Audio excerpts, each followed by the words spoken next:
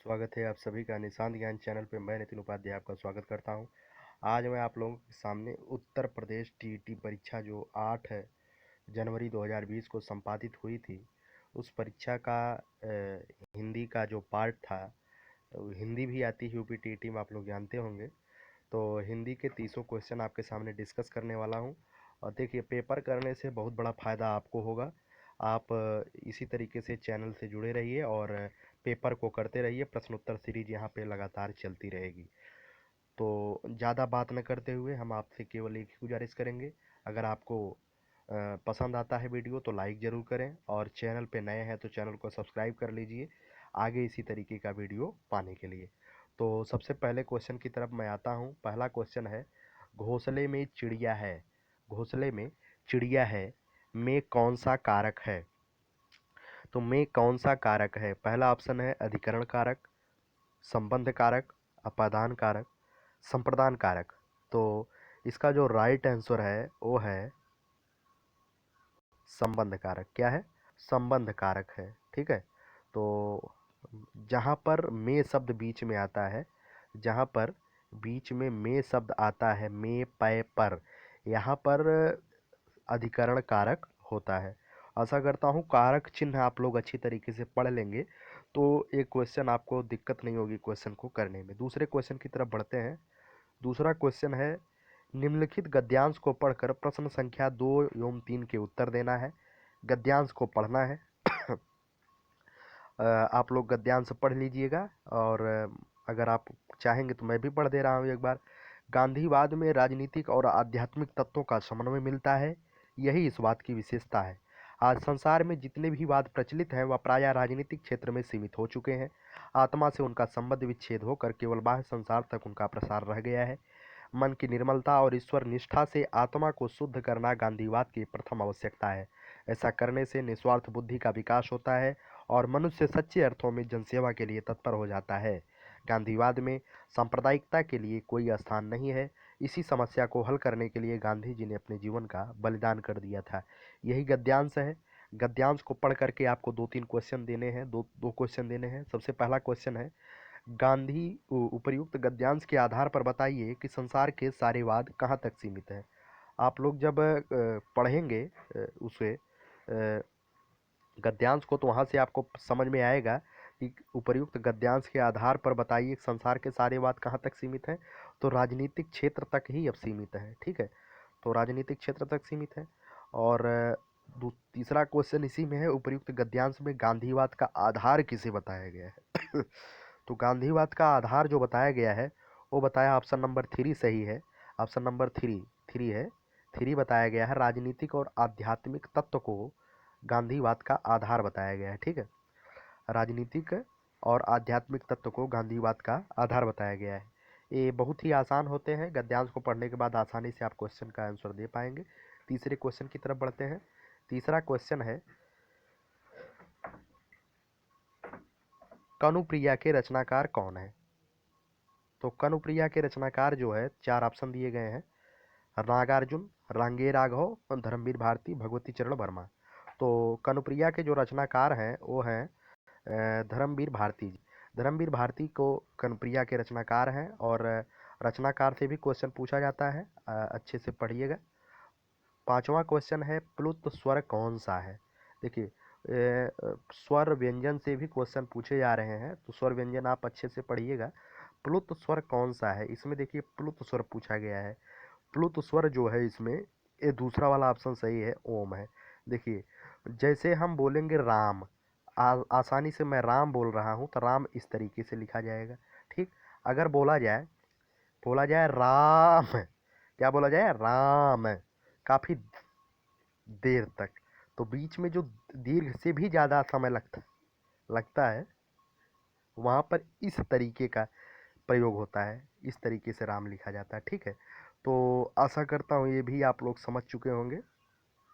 तो चलिए अगले क्वेश्चन की चर्चा करता हूँ। अगला क्वेश्चन है, राम आम खाता है में कौन सा रूप है?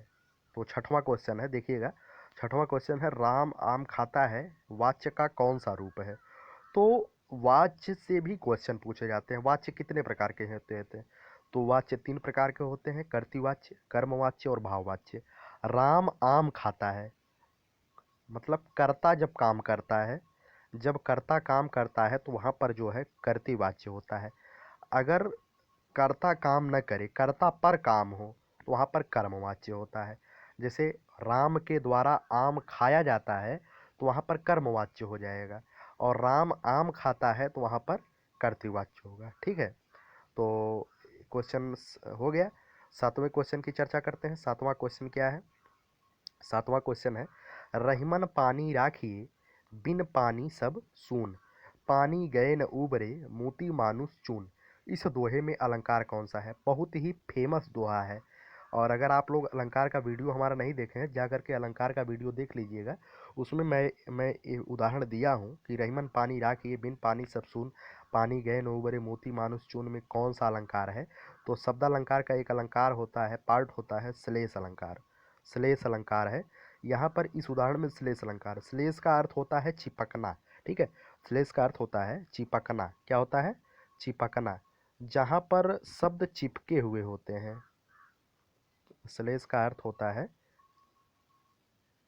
चिपकना। ठीक है, तो जहाँ पर एक शब्द एक ही बार आए लेकिन उसके अर्थ जो है एक से अधिक बार आए, तो वहाँ पर श्लेष अलंकार होता है। जैसे अब ज़्यादा चर्चा नहीं करूँगा, देख लीजिएगा, इसमें जो है श्लेष अलंकार है।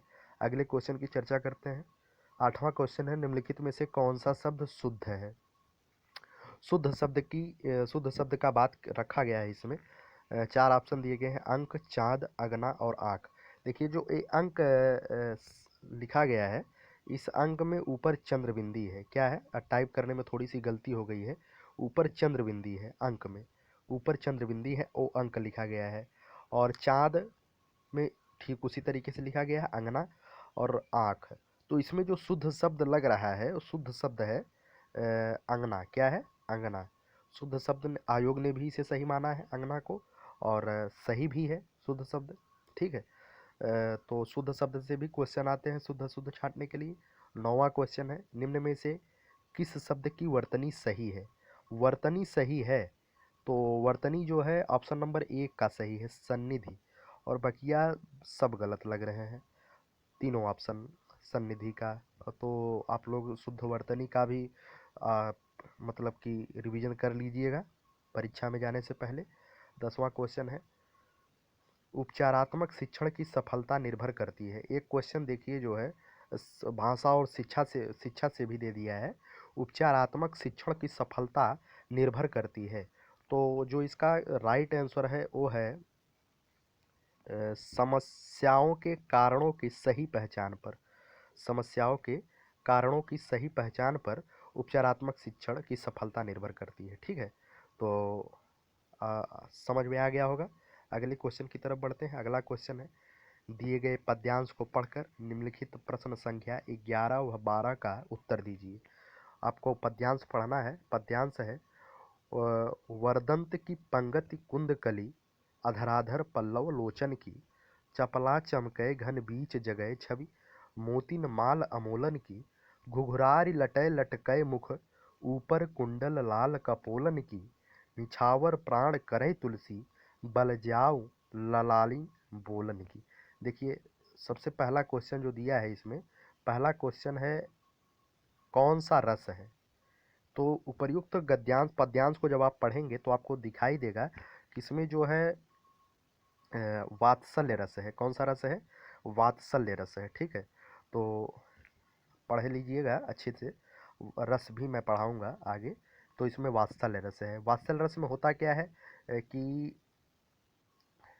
माता का जो बच्चे के प्रति प्रेम होता है वात्सल्य रस होता है। ठीक है, और किसी पुजारी का जो भगवान के प्रति प्रेम होता है वो भक्ति रस होता है। तो इसी तरीके से है, रस भी मैं अच्छे तरीके से पढ़ाऊंगा, पढ़िएगा, चैनल से जुड़ जाइएगा, चैनल को सब्सक्राइब जरूर कर लीजिएगा। 12वां क्वेश्चन है, उपर्युक्त पद्य किस कवि का है? देखिए अगर ये बीच में तुलसी शब्द इस्तेमाल ना किया गया होता तो हमें देखने में दिक्कत होती, लेकिन बीच में तुलसी शब्द इस्तेमाल कर दिया है, अर्थात इस पद्य के लेखक ही कौन है? तुलसीदास जी हैं। इस पद्य के लेखक तुलसीदास जी हैं। कौन है? तुलसीदास जी। ठीक है, तो आशा करता हूँ ये पद्यांश वाले दोनों क्वेश्चन आपको समझ में आए होंगे। देखिएगा, आगे पढ़िएगा। 13वां क्वेश्चन है, उच्चारण स्थान की दृष्टि से कौन सा विकल्प शुद्ध है। देखिए, उच्चारण स्थान की दृष्टि से कौन सा विकल्प शुद्ध है, तो शुद्ध हमें दिख रहा है दंत वाला। श जो है दंत से बोला जाता है, लेकिन जो ए बीच में ये वाला स दिया गया है इसे मूर्धन्य स बोलते हैं, ये गलत है। ये जो बड़ा श दिया गया है इसे तालव्य बोलते हैं। ये जो च दिया गया है इसे तालव्य बोलते हैं। ठीक है, तो इस तरीके से तीनों गलत हैं और स जो है दंत्य वाला यही सही है। 14वें क्वेश्चन की चर्चा करते हैं। 14वां क्वेश्चन है, निम्नलिखित में से कौन सा अशुद्ध है। अशुद्ध हमें छांटना है। सबसे पहला ऑप्शन दिया गया है विसर्ग कंठ वर्ग है। विसर्ग कंठ से बोला जाता है, बिल्कुल सही है। दूसरा है, हिंदी में ज्ञ का उच्चारण परंपरा से भिन्न हो गया है। ये अब टाइपिंग में गलती हुई है, यहाँ भिन्न लिखा गया है, भिन्न हो गया है। तो यह जो है ये भी बिल्कुल सही है, परंपरा से भिन्न नहीं है। ठीक है, इस समय सही चल रहा है। दो महाप्राण व्यंजनों का उच्चारण एक साथ हो सकता है, यही गलत है। दो महाप्राण व्यंजनों का उच्चारण एक साथ बिल्कुल भी हम नहीं कर सकते हैं। ठीक है, तो इसी तरीके से तीसरा क्वेश्चन इसका सही हो जाएगा, तीसरा ऑप्शन सही हो जाएगा। 15वें क्वेश्चन की चर्चा करते हैं।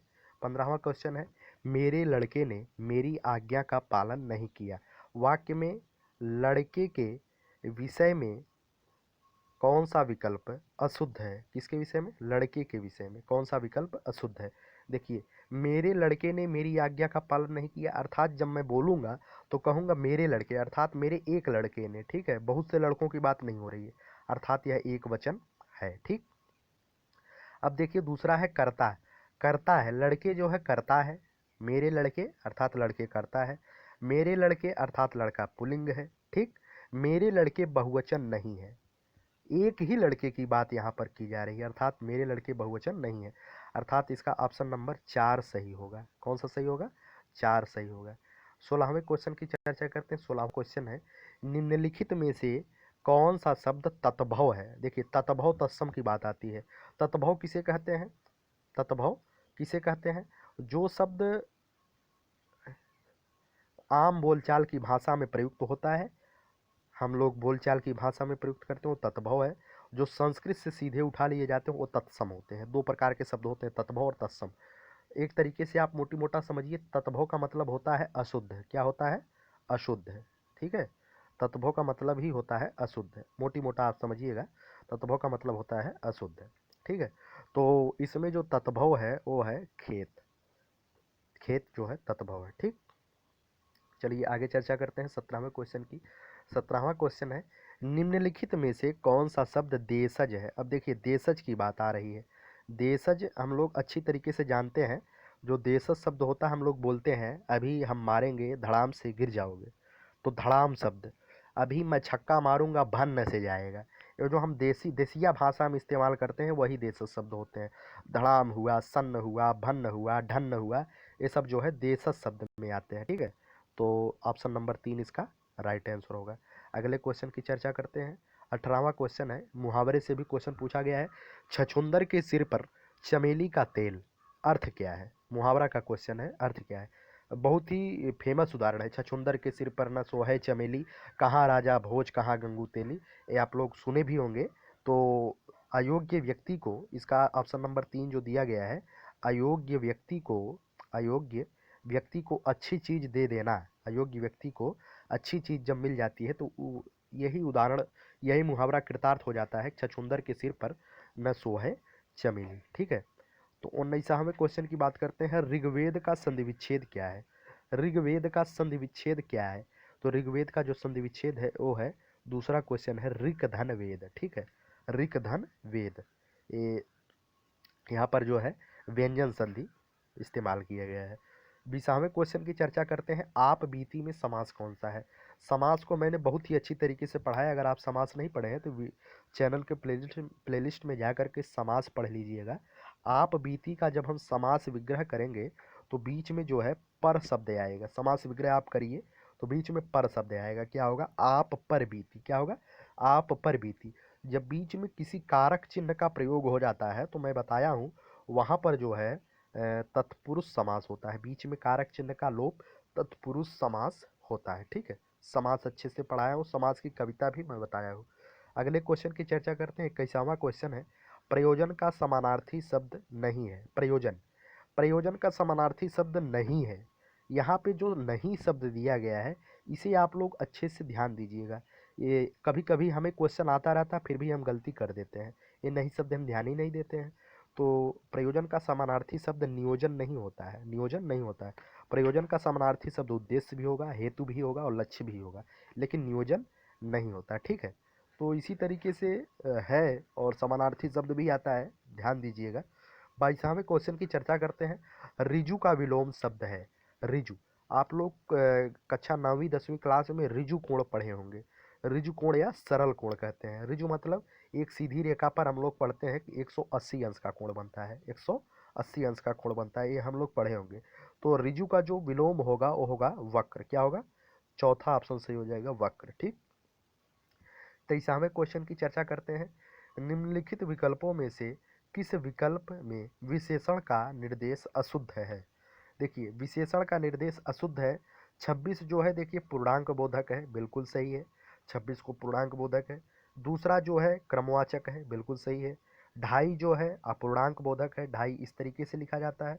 ठीक है, तो यह अपूर्णांक बोधक हो गया। ठीक, तो और अगला है वह नौकर, कोई विशेषण नहीं है। तो इसका जो राइट आंसर होगा वो विशेषण के हिसाब से जो अशुद्ध है वो हमें प्रश्न नंबर ऑप्शन नंबर 4 सही लग रहा है। ठीक है, तो देख लीजिएगा इसे कौन सा सही है, लेकिन हमें ऑप्शन नंबर 4 सही लग रहा है। अगर आपको आता हो तो आप कमेंट बॉक्स में जरूर कमेंट करिएगा। ठीक, अगले क्वेश्चन की चर्चा करते हैं।